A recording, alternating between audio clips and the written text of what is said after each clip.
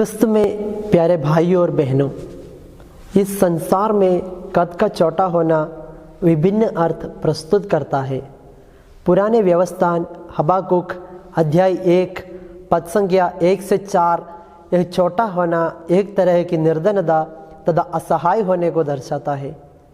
स्तोत्र ग्रंथ अध्याय 119 पद संख्या 141 में यह दीनहीनता तथा तिरस्कृत होने को दर्शाता है। पवित्र सुसमाचार में भी एक छोटे कद वाले व्यक्ति की चर्चा की गई है।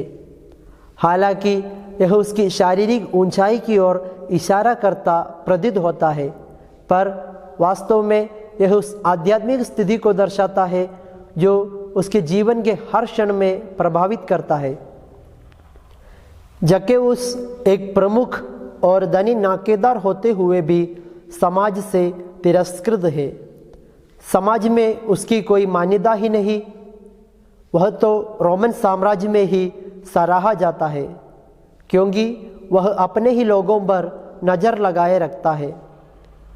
इस कारण से वह घृणित और तुच्छ दृष्टि से देखा जाता है। इस तरह अपना सब कुछ होते हुए भी वह अकेला है और वह अपनी ही नज़र में छोटा हो जाता है। जक्केउस के मन में तीव्र इच्छा थी कि वह एक बार प्रभु यीशु को देख सके, पर छोटा होने के कारण और भीड़ बड़ी होने की वजह से उसके लिए वह असंभव था। प्यारे भाइयों और बहनों, जक्केउस के लिए लोगों की भीड़ एक बाधा बन गया था प्रभु यीशु से मिलने के लिए। आजकल की ज़िंदगी में हम देख सकते हैं, एक व्यक्ति रोज चर्च में जाता है, सब नशे से छुटकारा पाकर ईश्वर की चरण में अपना जीवन स्वयं अर्पित करके अच्छा जीवन जीता है। लोग कहता है वह पापमय जीवन को भूलकर ईश्वर के दिखाए हुए रास्ते पर चल रहा है। यह शब्द ही उस इंसान के पापमय जीवन को भूलकर ईश्वर के दिखाए हुए रास्ते पर चलने के लिए काफ़ी है।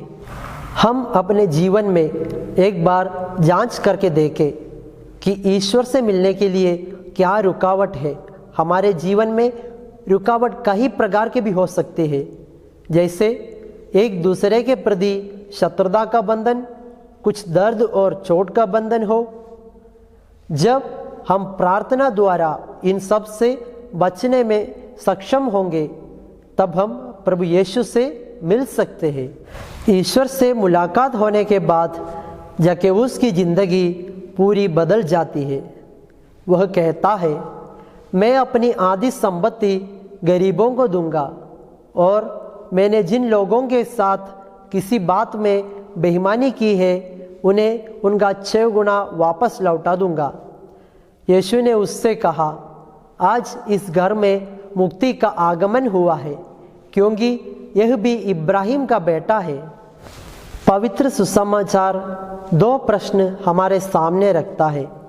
पहला, जो भी रुकावट ईश्वर से मिलने के लिए अपने जीवन में है, उससे हमें कैसे पार करना होगा। और दूसरा, हमें अपने पापों के लिए पश्चाताप करके ईश्वर से क्षमा मांगना चाहिए। बहुत बार अपनी करनी या व्यवहार और अपनी आध्यात्मिकता के कारण हम भी नाकेदार छोटे कद वाले जक्केउस के समान छोटे हो जाते हैं। हम अपने आप को छोटा या तुच्छ समझने लगता है तथा अपनी अज्ञानता को छिपाने का प्रयास करता है, पर यीशु हमें हमारे परिस्थिति में ही हमें स्वीकारने को तैयार है। यदि हम अपनी इन अज्ञानता जैसे छोटापन के बावजूद भय जैसे भीड़ से आगे बढ़कर यीशु को जानने का प्रयास करें।